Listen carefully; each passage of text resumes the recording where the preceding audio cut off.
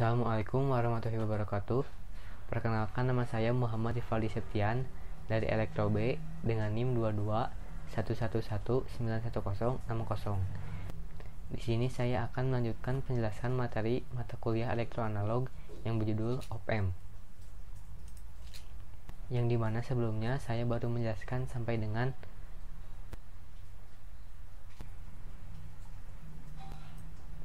detektor taraf tegangan. Baik, judul pertama yang akan saya bahas adalah tentang penguat pembalik atau suka yang disebut dengan inverting amplifier. Inverting amplifier adalah op-amp yang menguatkan dan membalikkan sinyal outputnya. Dan di sini adalah rangkaiannya ya. Mengapa inverting amplifier disebut dengan op-amp yang menguatkan dan membalikkan sinyal outputnya? Karena kalau dilihat dari inputnya itu pasti dipasang di terminal input negatifnya ya. Kalian bisa lihat di sini. Lalu karena arus yang masuk ke terminal op-amp adalah 0, maka I melewati RF sehingga timbul tegangan pada RF. RF di sini adalah resistansi feedback. Kalian bisa lihat di sini kita memasangkan resistansi feedbacknya yang menyambung dengan input. Nah, berikutnya ada cara untuk menghitung tegangan RF atau tegangan resistansi feedback. Rumusnya itu adalah I dikalikan dengan RF, atau bisa diuraikan lagi menjadi VI dibagi RI dikalikan dengan RF. Lalu polaritas min RF pada terminal keluaran V0 akan menjadi seperti ini. V0 sama dengan min V dikalikan dengan RF, atau bisa diuraikan lagi menjadi min VI dibagi RI dikalikan dengan RF, atau min RF dibagi RI dikalikan dengan VI. Nah, jika suatu saat kalian ditanya apa yang menentukan tegangan output pada op-amp inverting, kalian bisa langsung menjawab tegangan output pada op-amp inverting bisa ditentukan dengan melihat seberapa besar resistansi feedback yang dibagi dengan resistansi input atau RI, lalu dikalikan dengan tegangan input. Nah, selanjutnya di sini ada contoh soal. Di sini diketahui RF sama dengan 100 kilo ohm, RI 10 kilo ohm, VI 1 volt, dan RL adalah 25 kilo ohm. Lalu di sini ditanyakan hitunglah I, V0, ACL, IL, dan LO. Nah, kita harus mencari I nya terlebih dahulu. Rumusnya adalah I sama dengan VI dibagi RI. Lalu kita masukin saja langsung ininya ke sini. VI nya 1 volt, terus RI nya 10 kilo ohm. Setelah kita hitung, hasilnya akan menjadi 0,1 miliampere. Lalu setelah itu kita mencari tegangan outputnya atau V0 nya, yang dimana rumusnya adalah min RF dibagi RI lalu dikalikan dengan VI. Kita masukkan menjadi min 100 kilo ohm dibagi 10 kilo ohm lalu dikalikan dengan VI nya 1 volt. Lalu setelah dijumlahkan hasilnya akan menjadi min 10 volt. Perlu diingat di sini min 10 volt itu bukan mengecil ya, tapi menguat. Kenapa di sini ada tanda min? Karena ini adalah rangkaian inverting. Jadi yang asalnya 1 volt menjadi 10 volt ya. Lalu setelah itu kita menghitung ACL. Rumusnya adalah RF dibagi dengan RI. Kita masukin langsung min 10 dibagi 1 sama dengan min 10. Lalu setelah itu kita mencari arus beban. Rumusnya adalah 0 dikurang V0 dibagi RL. Langsung kita masukin 0 dikurang min 10 langsung dibagi 25 kilo ohm. Hasilnya menjadi 0,4 miliampere. Lalu setelah itu kita mencari arus outputnya. Rumusnya adalah I ditambah IL. Lalu kita masukin menjadi 0,1 ditambah 0,4 sama dengan 0,5 mA. Nah, selanjutnya ada contoh soal lagi. Nah, kalau di sini tegangan negatif sebagai masukan pada inverting inputnya. Kalau yang tadi kan tegangan positif ya yang masuk ke inverting inputnya. Kalau yang ini tegangan negatifnya, balikannya. Di sini diketahui besar RF adalah 250 kilo RI 10 kilo VI in 0,5 volt, dan RL 25 kilo. Lalu hitunglah I, V0, ACL, IL, dan LO nya. Lalu kita masukin aja langsung rumusnya. I sama dengan VI dibagi RI sama dengan 0,5 volt dibagi 10 kilo. Hasilnya menjadi 0,05 mA. Lalu tegangan outputnya V0 sama dengan min RF dibagi RI dikali dengan VI sama dengan min 250 kilo dibagi 10 kilo dikali dengan VI nya adalah min 0,5 volt, dan setelah dihitung hasilnya menjadi 12,5 volt. Lalu kita menghitung ACL nya. Rumusnya adalah min RF dibagi RI sama dengan min 250 kilo dibagi 10 kilo. Hasilnya adalah min 25 kilo. Lalu kita mencari arus bebannya. Di sini kita lihat ada yang berbeda ya. Di sini kita lihat ada yang berbeda dengan rumus sebelumnya. Kalau sebelumnya rumus untuk mencari arus bebannya itu adalah 0 dikurang V0. Kalau di sini tidak ada 0 karena inputnya itu negatif. Kalau yang pertama itu kan inputnya positif. Nah, selanjutnya kita langsung masukin aja. V0 nya itu adalah 12,5 volt dan RL nya 25 kilo. Dan setelah kita hitung hasilnya akan menjadi 0,5 mA. Lalu yang terakhir mencari arus outputnya. Rumusnya adalah I ditambah IL. Lalu kita langsung masukin aja. I nya 0,05 ditambah IL 0,5, dan setelah kita hitung hasilnya menjadi 0,55 mA.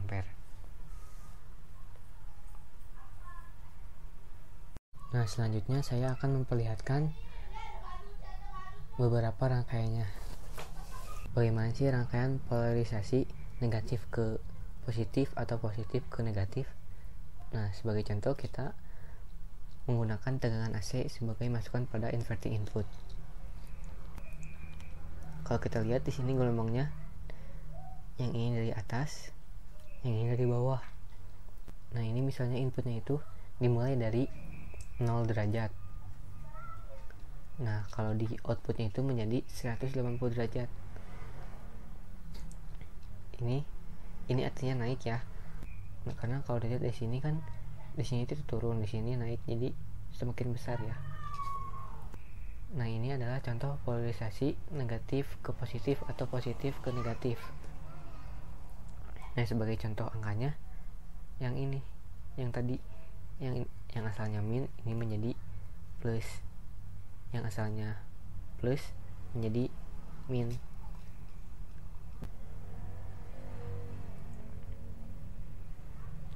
Nah, itu adalah contoh rangkaiannya.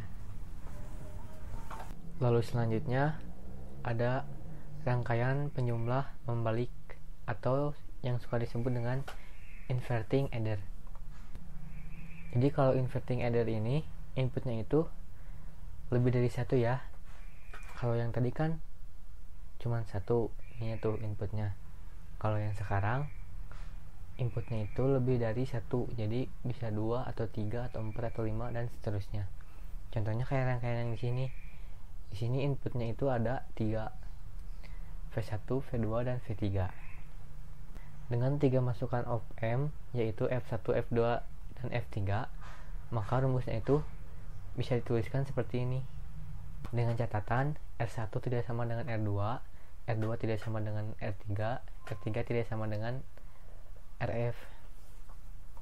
Nah, lalu kalau ditanyain rumusnya gimana? Rumusnya ini.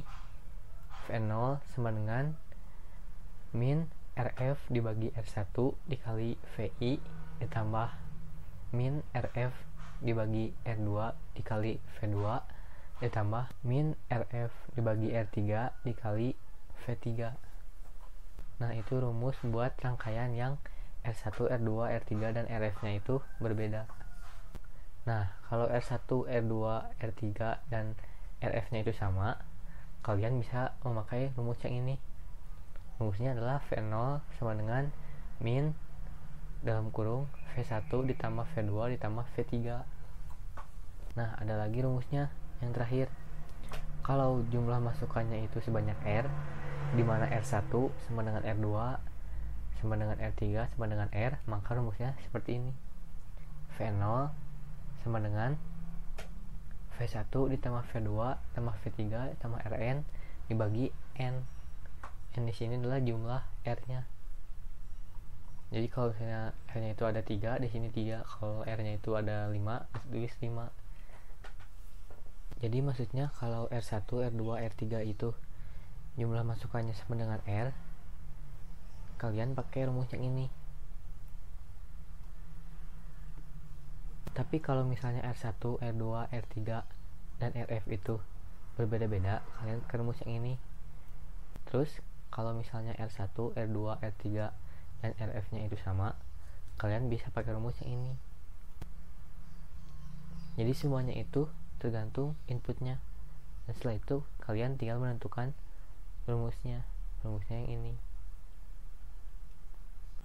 Lalu selanjutnya ada penguat tak membalik atau non-inverting amplifier.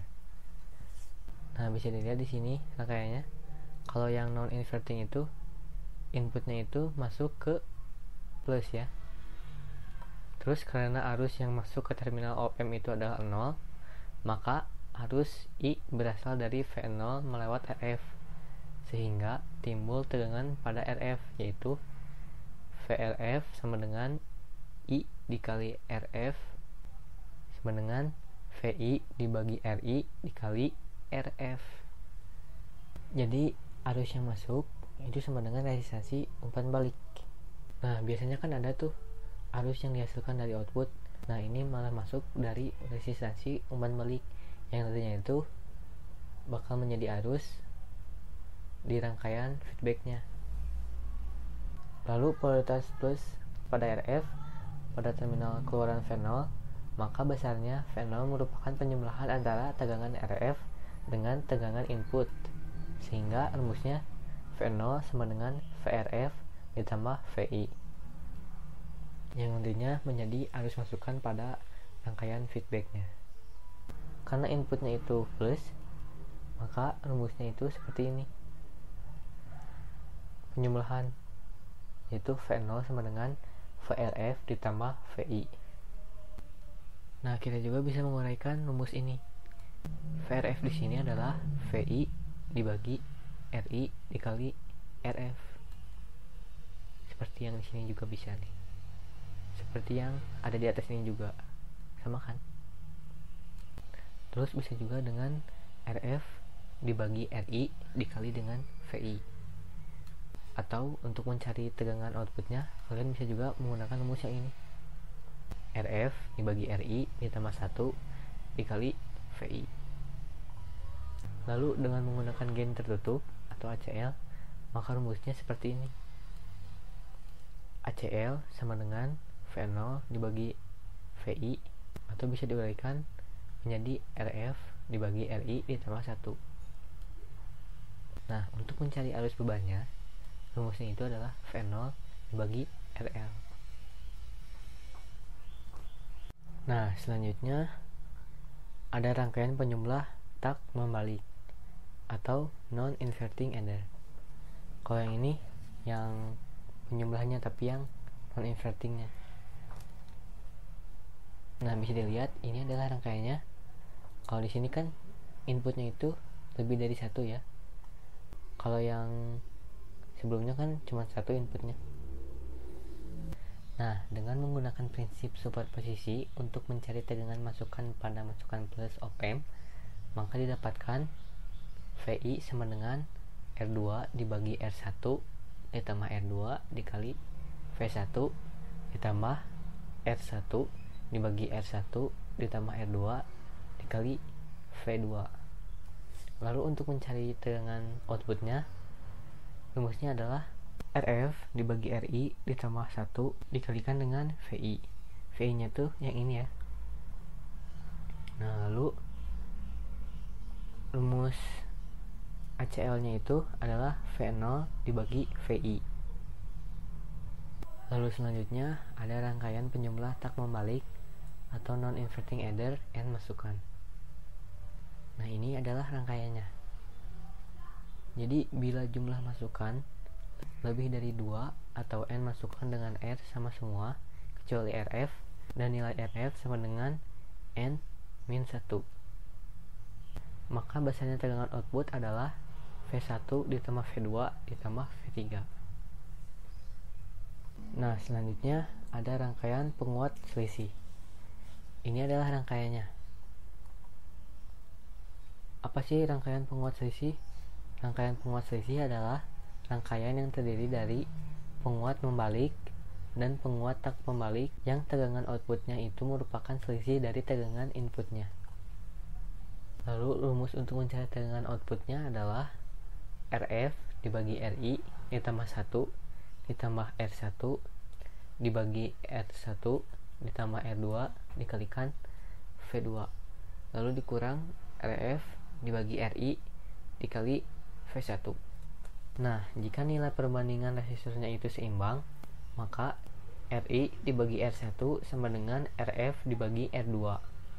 Maka V0 nya adalah RF dibagi RI dikali V2 dikurang V1. Nah, RI di sini adalah resistansi input dari tegangan V1 ya. Nah, kalau R1 itu resistansi input dari tegangan V2. Lalu RF di sini itu adalah resistansi input dari RI. Nah, selanjutnya yang terakhir untuk op-amp ada rangkaian pembanding atau rangkaian komparator. Rangkaian pembanding atau komparator merupakan rangkaian yang berfungsi sebagai pembanding sinyal input dengan tegangan referensi. Sebelumnya, rangkaian pembanding berupa open loop dengan tegangan input tidak mengalami noise. Nah, kalian bisa lihat ini adalah rangkaiannya. Jadi, rangkaian pembanding itu nantinya akan membandingkan tegangan input dengan tegangan referensi. Lalu selanjutnya, sifat op-amp sebagai detektor maupun komparator, tegangan output V0 didapatkan dari selisih tegangan ED. Jadi jika ED positif, maka V0 sama dengan positif V1, dan begitupun sebaliknya. Kalau ED nya itu negatif, maka V0 sama dengan negatif V1. Nah, saat noise timbul pada input EN, maka kaki inverting pada input menjadi VI ditambah VN, sehingga selisih ED menjadi ED sama dengan 0 dikurang VI ditambah VN, atau bisa diuraikan menjadi min VIN ditambah VN. Nah, bisa kita lihat di sini, ini adalah ilustrasinya. Bisa kita lihat di sini ada noise yang menyebabkan penurunan. Nah, ini adalah gambarnya ya. Jadi hasil output itu sangat berpengaruh ya kepada ED. Kalau hasilnya itu plus, maka ED-nya pun menjadi plus. Kalau outputnya min, maka ED-nya pun menjadi min.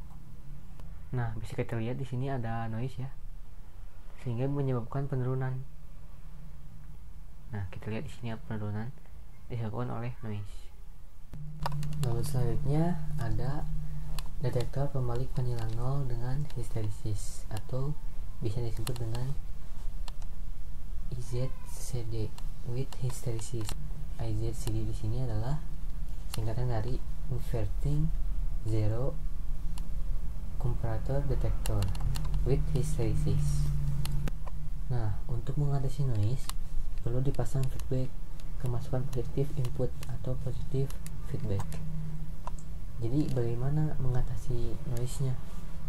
Kalian tinggal memasang feedback kemasukan positif dan inputnya dipasang ke masukan negatif karena inverting.